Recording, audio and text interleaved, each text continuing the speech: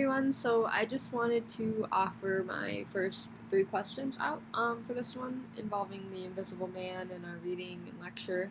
So my first question is, Ellison writes of a man who describes himself as invisible. The narrator explains the one drawback of being invisible is that you ache with the need to convince yourself that you do exist in the real world.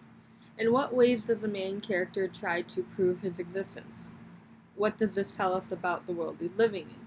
So basically, we have this man who, we know he's not obviously, like, literally invisible, but um, the way in which society is in this story, it's that he may not be the only one who's invisible.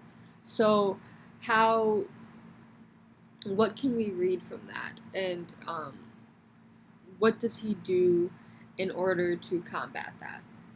My second question is, how does the narrator of Invisible Man distinguish between being invisible and in hibernation? Is one better than the other, or are they equal? The narrator is outwardly cynical and optimistic. So, for an individual who has decided the world would rather turn a blind eye to existence, he is fairly confident that he will overcome his invisibility and use it to his advantage. So I think that's just an interesting thing to look at, as if does he prefer to do one or the other, or are they the same, and how does he work that to his benefit? Another question I have is, how does the narrator cope or deal with his invisibility? What are his outlets? So I know that, you know, lighting up his invisibility with all the lights he has in his room, or the music, or he even indulged in some substances like marijuana.